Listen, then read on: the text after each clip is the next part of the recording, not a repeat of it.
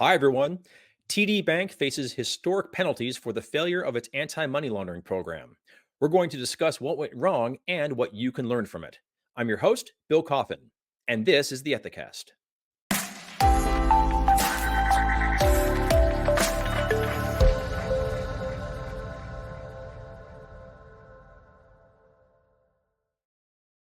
TD Bank, the 10th largest bank in the US, has pleaded guilty to historic charges involving its role as the money laundering venue of choice for narcotics traffickers.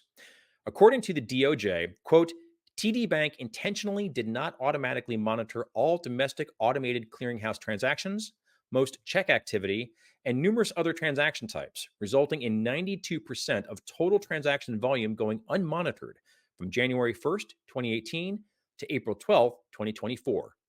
This amounted to approximately $18.3 trillion of transaction activity, end quote. To put that figure into perspective, the 2024 GDP of China is $18.5 trillion. As a result, the bank became a go to money laundering platform, and between January 2018 and January 2021, money laundering networks funneled $670 million through the bank, with $470 million of that by just one money laundering network.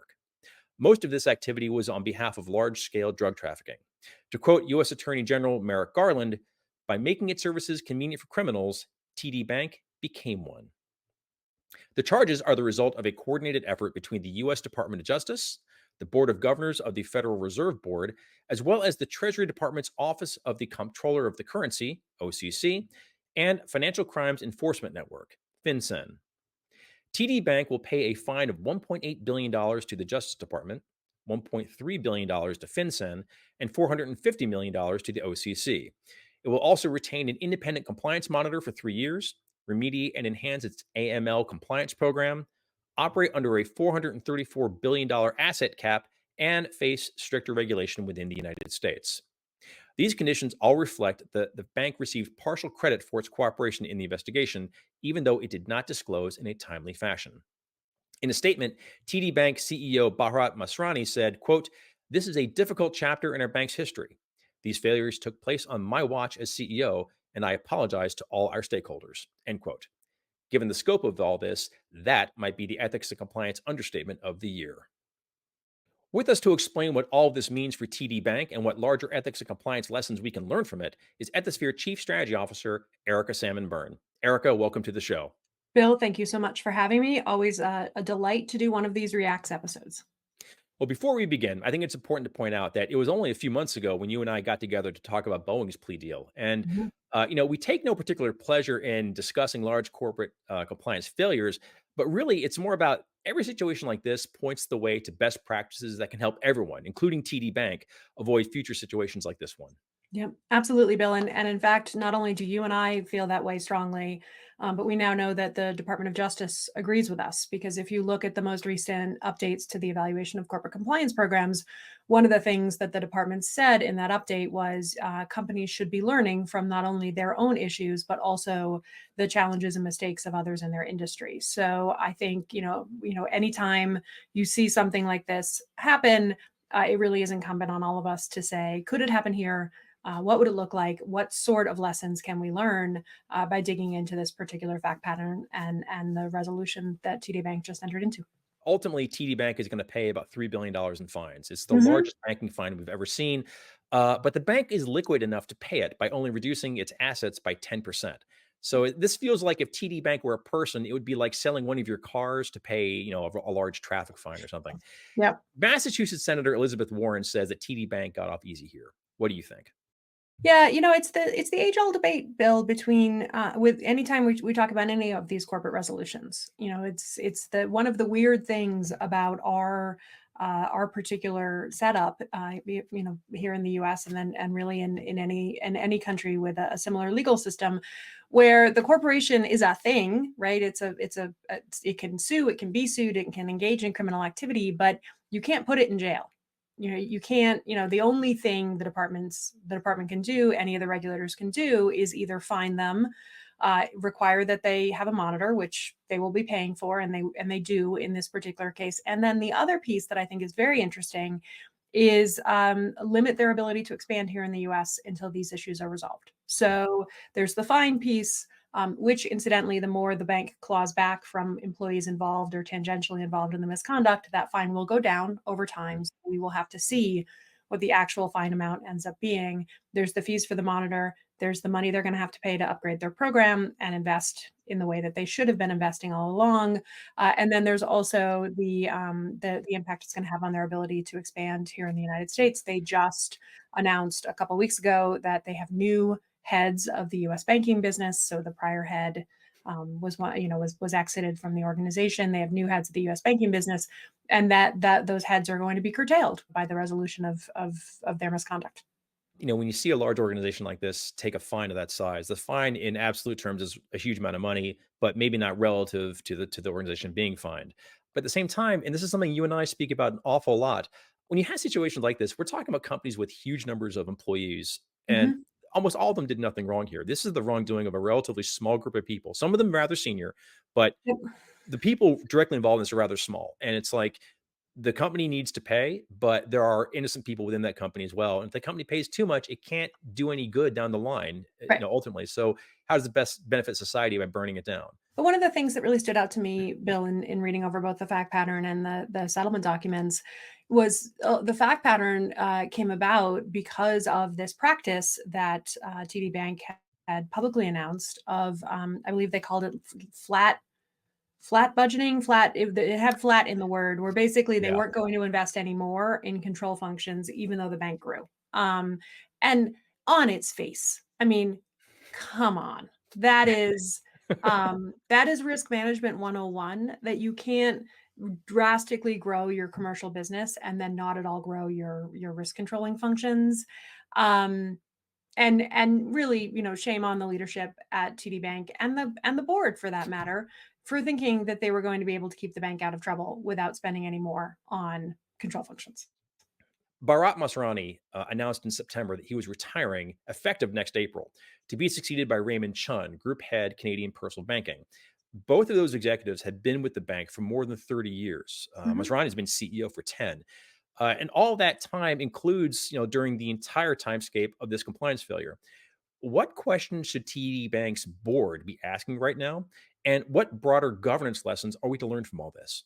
I think the board should be asking a lot of questions, Bill. I think the board should be asking questions of the leadership team along the lines of, how did you think that growing the commercial business without growing the risk control functions was going to keep the bank out of trouble? Did you consider the extent to which we were exposing ourselves to money laundering risk? And if not, why not? I think there needs to be a very hard and very robust conversation around the extent to which the bank thinks that helping Chinese criminals launder fentanyl money is a bad thing. Because one of the things that did not happen in the statement that TD Bank's CEO issued, that you called the ethical understatement of the century, which I agree with, there was no real reflection of the fact that the money laundering rules exist for a reason. It's because we're trying to keep bad people from being able to use their money that was earned in bad ways. And that is a kind of a fundamental regulatory cornerstone of banking. And I am curious what kind of internal conversations were happening at TD Bank about the fact that that was a risk that they were not really controlling for. And honestly, in many ways, knowingly doing so, because for 10 years, they didn't invest in compliance and risk control functions at all.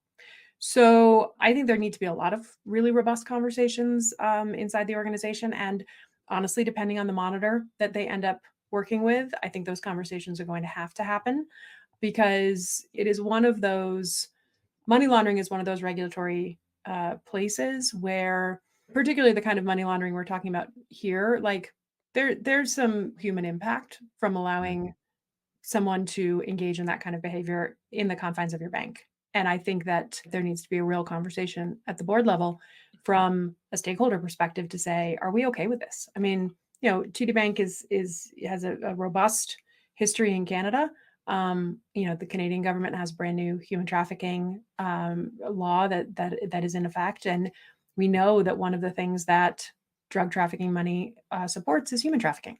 So I think there's a lot of questions that the team at TD Bank should be asking themselves.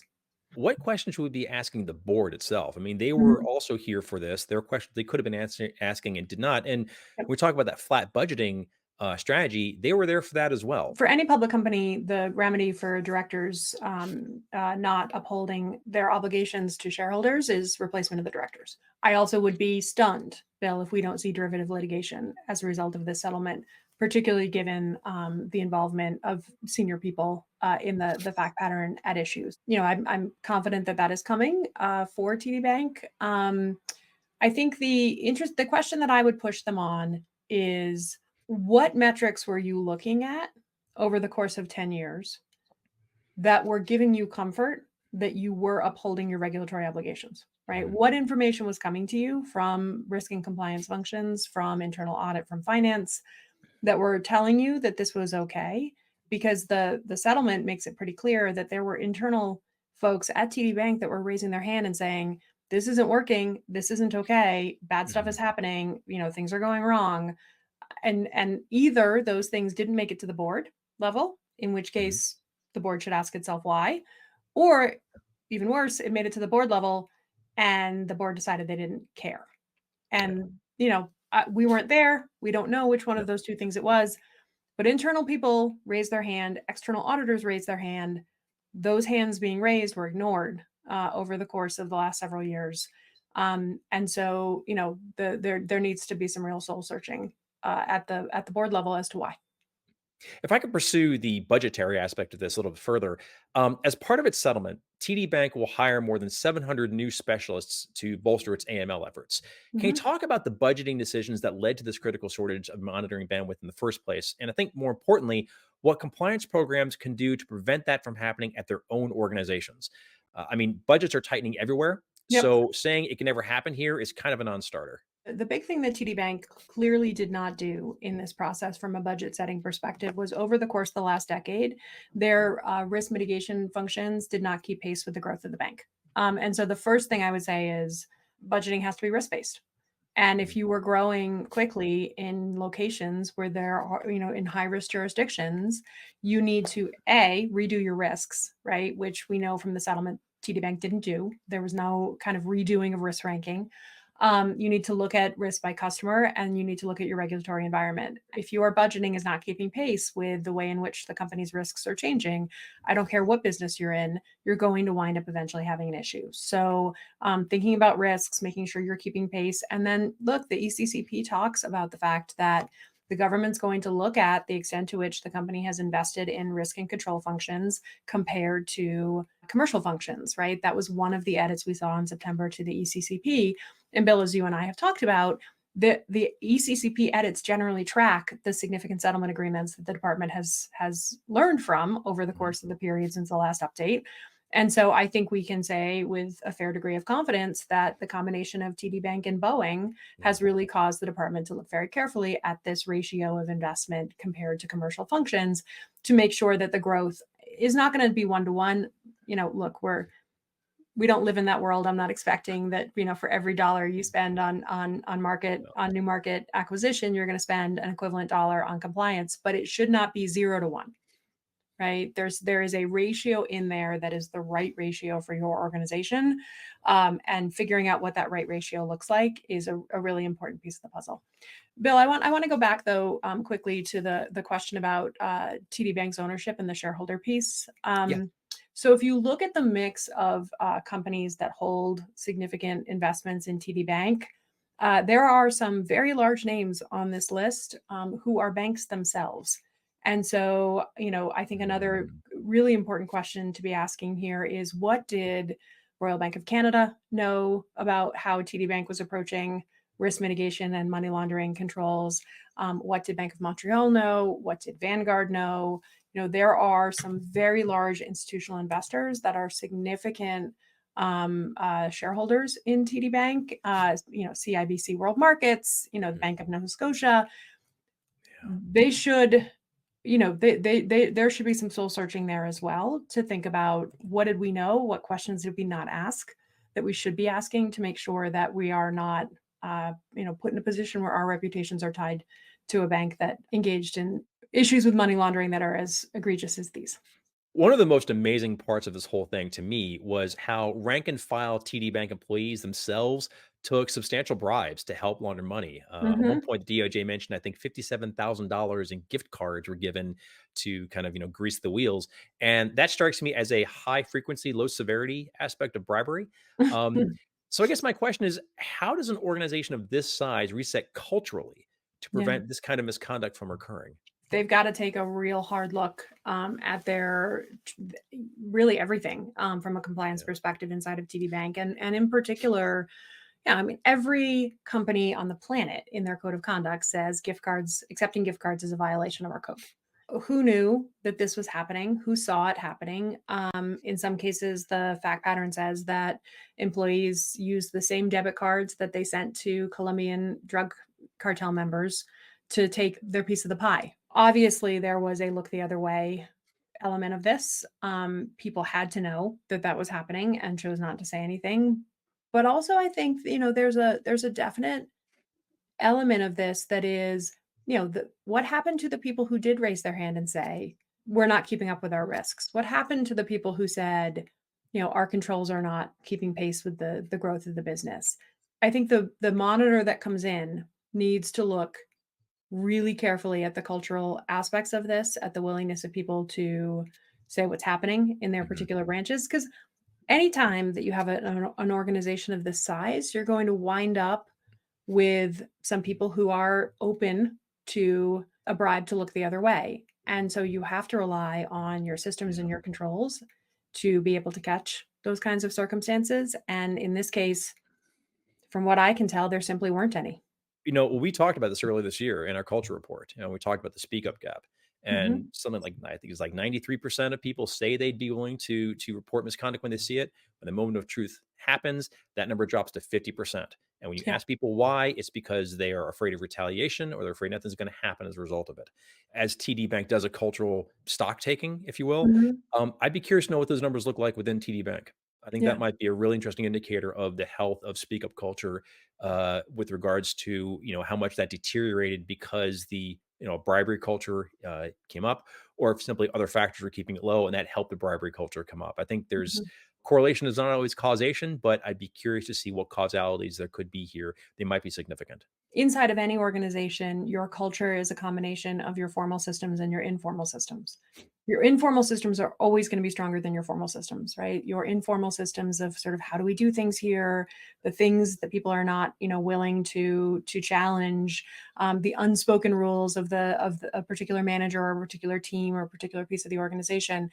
But when you have really weak formal systems, your informal systems are really going to triumph, right? And so I think one of the things that we see in this particular circumstance is a deliberate underinvestment Hmm. with a name on it, right? A deliberate underinvestment of in the formal systems, coupled with informal systems that can exist inside any organization. And so, to those out there listening to this and thinking to themselves, well, my formal systems are stronger than TD Bank's formal systems, so I'm all good. A, that's probably true, but that's not a real high bar for you to be stepping over.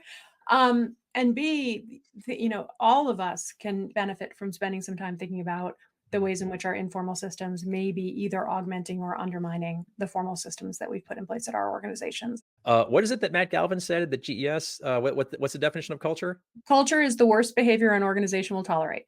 TD Bank's stock dropped some 6% after the DOJ's announcement, in part because of the news of the imposed asset cap, which will make growth more difficult for the bank.